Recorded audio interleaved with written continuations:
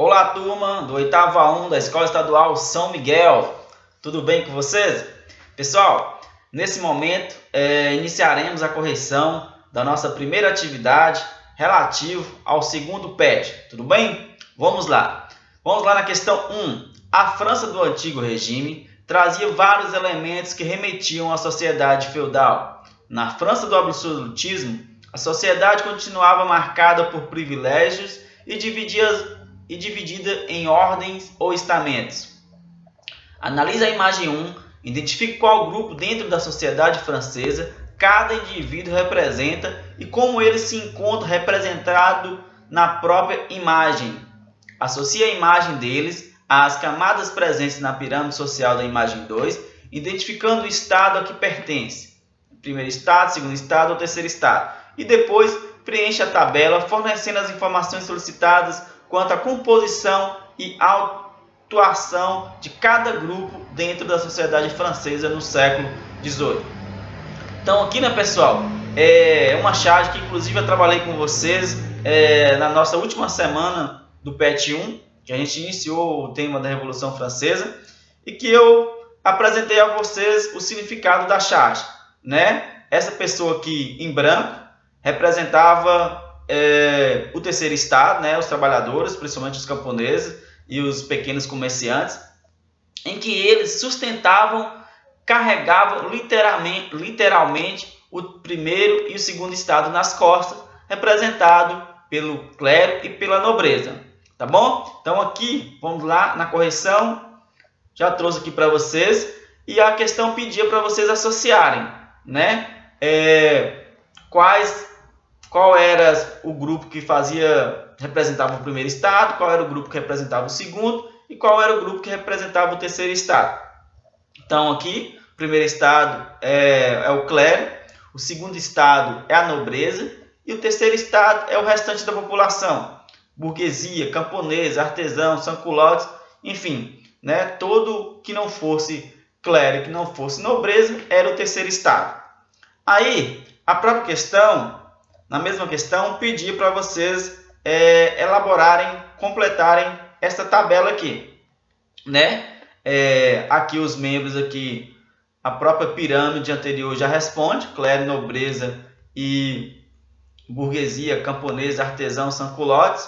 A porcentagem, pessoal, ela pode até variar um pouquinho aí. Alguns historiadores vão falar 96, outros 97, alguns chegam a 98, outros 95, mas em regra geral a gente trabalha com essa porcentagem aqui do terceiro estado em 97% da população. E aqui o primeiro estado é 1% e o segundo estado 2%. Alguns me enviaram, segundo a tabela do livro de vocês aí, me enviaram as respostas em números, né? Em números absolutos e não em porcentagem como a questão pedia. Mas tudo bem. Esta porcentagem, né, eu trabalhei com vocês na nossa última semana. Ter aquele arquivo em PDF que eu enviei para vocês, que eu trabalhei na videoaula, estava expressa assim em porcentagem. Tudo bem? Então vamos lá nos privilégios. Quais eram os privilégios do primeiro estado? Possuíam muitas terras e cobrava dízimo e taxas sobre batismo, casamento e sepultamento. Qual eram os privilégios do segundo estado? Vivia à custa do estado e da exploração do trabalho dos camponeses e comerciantes. Qual era o privilégio do terceiro estado? O terceiro estado não tinha privilégio, pessoal. Eles pagavam muitos impostos, altos impostos, tanto ao governo, né, representado pelo segundo estado, ao rei, quanto à igreja. Então era literalmente o que carregava a França no período anteriormente à Revolução Francesa. Então o terceiro estado não tinha privilégio. Os privilégios eram todos voltados para o primeiro e para o segundo estado. Quais eram as obrigações, pessoal? A obrigação do primeiro estado era cuidar da religiosidade da França. Então todos os assuntos voltados às crenças era determinado pelo primeiro estado, que era o clero, né, representando a Igreja Católica. Então não tinha liberdade religiosa, era todos obrigados a seguir a uma única religião, que era o catolicismo na época. Qual o segundo estado? Qual a obrigação dele? Para cuidar da administração da França, né? Das finanças, da criação de impostos e tudo mais. Então, em regra geral, para cuidar da administração da França. Qual a obrigação do terceiro estado? Trabalhar na produção de alimentos, roupa, utensílios e pagar impostos. Ou seja, era quem realmente trabalhava de fato na França e era obrigado a pagar impostos altíssimos. Chegando aqui na questão 2, dessa vez não vou ler aqui o enunciado da questão para a gente poupar tempo e o vídeo não ficar muito longo. Vamos observar primeiramente, né, a capa aqui do livro que eles solicitaram na questão, né? Deixa uns segundinhos aqui para vocês refletirem novamente e vamos nas questões. O que você observa na imagem, né? A resposta seca desta questão é um grande confronto. Né? Vocês percebem aqui um grande confronto aqui entre dois grupos. Vocês observam armas, ali atrás também tem uma vela, tem uma grande luz ali que a gente vai trabalhar na questão futura aqui. Vamos lá. Quem são as pessoas que estão representadas nas ilustrações da capa do livro? A que classe social elas pertencem? Então, pessoal, as pessoas que estão representadas aqui é a terceiro estado, né? Aqui tem camponeses, tem trabalhadores urbanos, tem comerciantes, confrontando com a guarda real, né? Contra o exército do rei. Então, as pessoas estão aqui na rua, o terceiro estado, confrontando, protestando contra a guarda real, contra o exército do rei. Então, a que classe elas pertencem? A maioria, né, ao terceiro estado que está aqui protestando. O que as pessoas estão fazendo? Já disse, né, lutando, protestando contra as injustiças sociais. O que é a onda amarela que invade as ruas? O que é a onda amarela que invade as ruas e a vela representa? Pessoal, representa a luz do conhecimento, a razão humana, gerada pelas ideias iluministas. Então, né, tem uma luz aqui, tem uma vela propagando uma luz e essa vela está derretendo e atingindo as pessoas. Ou seja, a luz do conhecimento, a razão humana está atingindo as pessoas e levando elas a, como se diz hoje, ficarem espertas quanto aos privilégios das classes superiores. E elas estão indo protestando, reivindicando seus direitos, reivindicando mais direitos. Tudo bem? Qual a relação do movimento iluminista com a eclosão da Revolução Francesa? A eclosão da Revolução Francesa, pessoal, foi motivada pelos ideais do movimento iluminista, que pregava a liberdade, a igualdade, a críticas aos regimes absolutistas e a interferência da igreja nas questões governamentais. Então, a gente observa, e já foi falado isso para vocês, tanto a Revolução Francesa, quanto a independência dos Estados Unidos, que a gente vai trabalhar na semana que vem, quanto os movimentos de independência aqui no Brasil, né, como a Conjuração Mineira, a Conjuração Baiana, elas têm forte influência do movimento iluminista, que pregava mais liberdade, menos interferência da igreja nas questões administrativas do Estado, né, pregava mais igualdade das pessoas, mais liberdade de pensamento. Passamos agora, pessoal, para a questão 3. Né? A questão 3 pedia para vocês fazerem uma análise, né, da Declaração dos Direitos do Homem e do Cidadão e trazia aqui um trecho, né, deste documento e pedia para vocês fazerem uma análise. Não vou ler todo o enunciado, nem mesmo os artigos deste documento, para a gente poupar tempo. Então vamos lá. Qual a importância da Declaração dos Direitos do Homem e do Cidadão para a sociedade francesa daquela época? Pessoal, essa declaração concedeu direitos jamais estabelecidos até então. O direito à igualdade, à liberdade política, à participação popular, à propriedade e contrariou fortemente as ideias do antigo regime. Então, esta é mais ou menos a resposta correta. Vocês, claramente, né, não precisa ser igual a esse aqui, mas tem que seguir similarmente estas ideias propostas nesta alternativa. Em relação às características estamental da sociedade pregada pelo feudalismo, qual o maior beneficiário que a declaração traz para a sociedade francesa do século XVIII? A igualdade entre os homens, pessoal. Ao expressar que os homens nascem e são livres e iguais em direitos, a declaração rompe com a ideia de predestinação das classes sociais. Então, ao afirmar que todos os homens nascem iguais em direitos, ela acaba com aquela ideia de que todos que nascessem ricos deveriam ser ricos para a vida toda. Todos que nascessem pobres deveriam ser pobres para a vida toda. Então, todos nasceriam iguais. Então, esta é a questão a ser colocada. A igualdade entre os homens.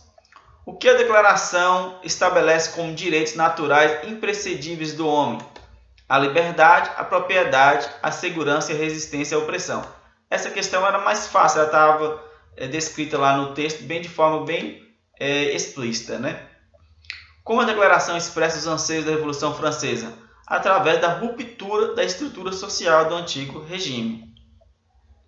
Será que a declaração garantiu os direitos de todos os cidadãos na prática? Reflita sobre o papel da mulher no contexto que seguiu a Declaração dos Direitos. Não, pessoal, na prática, ela não representou os direitos de todos os cidadãos. Os mais pobres e principalmente as mulheres continuaram tendo vários direitos negados. O direito ao voto, né, por exemplo, só foi permitido aos homens que comprovavam determinada riqueza. Então, nem os homens pobres e nem as mulheres, aí poderiam ser mulheres ricas ou não, também não tinham direito ao voto. Então, vocês percebem que a luta feminina, ela é há muito tempo. O direito feminino há muito tempo é negado e que hoje, graças às lutas sociais, a força da mulher está sendo revertido. E a mulher está conquistando seu espaço aos poucos, lentamente, infelizmente, mas está conquistando. Qual a contribuição deste documento para a nossa sociedade atual? Essa declaração, estabelecida em 1789, serviu como base para constituições democráticas formadas a partir de então e para a Declaração Universal dos Direitos Humanos de 1948. Então, pessoal, este documento, né, que é o primeiro documento aí da Revolução Francesa, ele serviu como base norteadora para todas as outras constituições democráticas a partir de então, né? A Constituição brasileira, as constituições dos países latino-americanos, Constituição dos países europeus pós-Revolução Francesa. Então, esse documento é muito importante.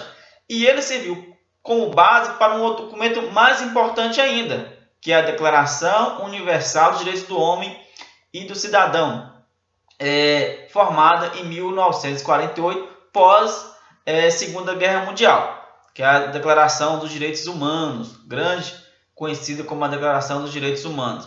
Tá bom? Então vamos lá, questão 4, vou só passar aqui para a imagem. Questão 4, pessoal, não vou ler o enunciado, que o vídeo está ficando longo já. Então vamos lá, a questão pedia para vocês associarem, né, os conceitos de girondinos, jacobinos e pândano a algumas ideias. Por exemplo, qual o grupo social que os girondinos participavam? Então, os girondinos fazia parte da alta burguesia. Então, a gente tinha o primeiro, o segundo e o terceiro estado, e dentro do terceiro estado tinha também as subdivisões.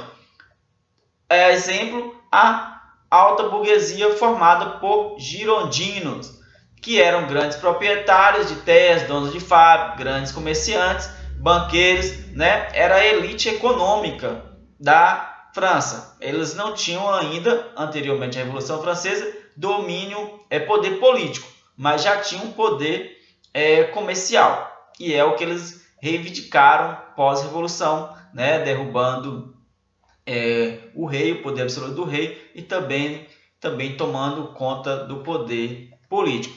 Então, os jacobinos eram a baixa burguesia, né? Pequenos comerciantes, profissionais liberais, e aí a gente tem médico, professores, dentistas, todas as outras profissões faziam parte dos jacobinos. E tinha os pântanos, que aí também era formado, essas pessoas que formavam parte do grupo dos pântanos, lá na Assembleia Nacional, eles estavam mais ligados aos girondinos, à alta burguesia. Então, a posição política, pessoal, os girondinos eram conservadores. Vou só definir como conservadores e depois, na coluna subsequente, a gente explica o que significa isso. Os jacobinos eram progressistas e os pântanos eram maioria conservadores também. Então, aqui, o que defendiam? Agora sim, os girondinos, pessoal, defendiam primeiramente a manutenção da monarquia constitucional.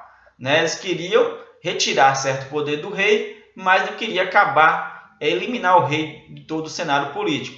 Né? Ter uma monarquia controlada pela alta burguesia.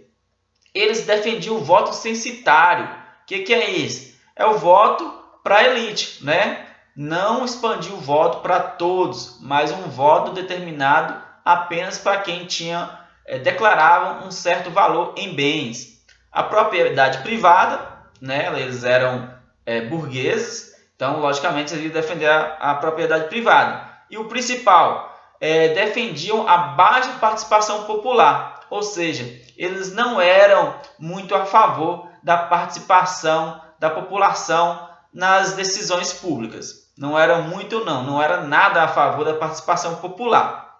Já os jacobinos, pessoal, defendiam uma república, ou seja, acabar de vez com todo o poder do rei, né? E aí implantar uma república, igual aqui no Brasil, nos Estados Unidos e na maioria dos países europeus hoje em dia. O voto universal, o voto para todos os homens. Aqui a gente fala em voto universal, mas aqui não está incluso as mulheres. É o voto universal para os homens. Defendiam muito a participação popular, né? Ao contrário dos girondinos, eles defendiam a participação popular, inclusive eram a favor da reforma agrária, e que chegou a ser feita em partes por o Robespierre, né? Distribuiu terras para os camponeses e para as pessoas do campo. E os pântanos, pessoal? Os pântanos eram o seguinte: uma hora eles defendiam o posicionamento dos girondinos, uma outra hora eles defendiam o posicionamento dos jacobinos. Eles iam à medida que o que interessavam eles no exato momento. Não tinha uma posição fixa. Aí, pessoal, a gente vai aqui para a quarta coluna. Em que lugar do parlamento sentavam os girondinos? À direita. Os jacobinos à esquerda. E os pântanos ao centro.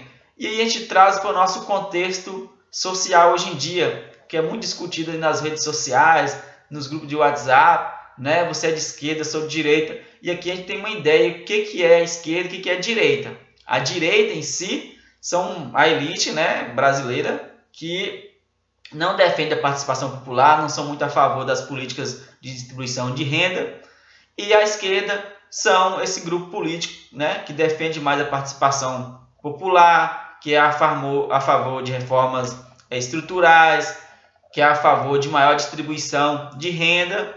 E o centrão, que hoje em dia também é muito visto, né, nos programas de TV, principalmente nesses atuais momentos. O centrão está em uma disputa política, né, aquele grupo que ele apoia quem distribui cargos a ele, quem oferecer cargos nos órgãos públicos, e aí independe quem que esteja no poder, ou a esquerda ou a direita, eles estão sempre tentando ganhar espaço ali. Então é o famoso centrão. Então, pessoal, foi um pouco corrido, mas é para que o vídeo nosso fique pelo menos abaixo de 15 minutos, tá bom? Estou aqui à disposição no grupo para tirar qualquer dúvida que vier a respeito das resoluções das nossas questões. Obrigado!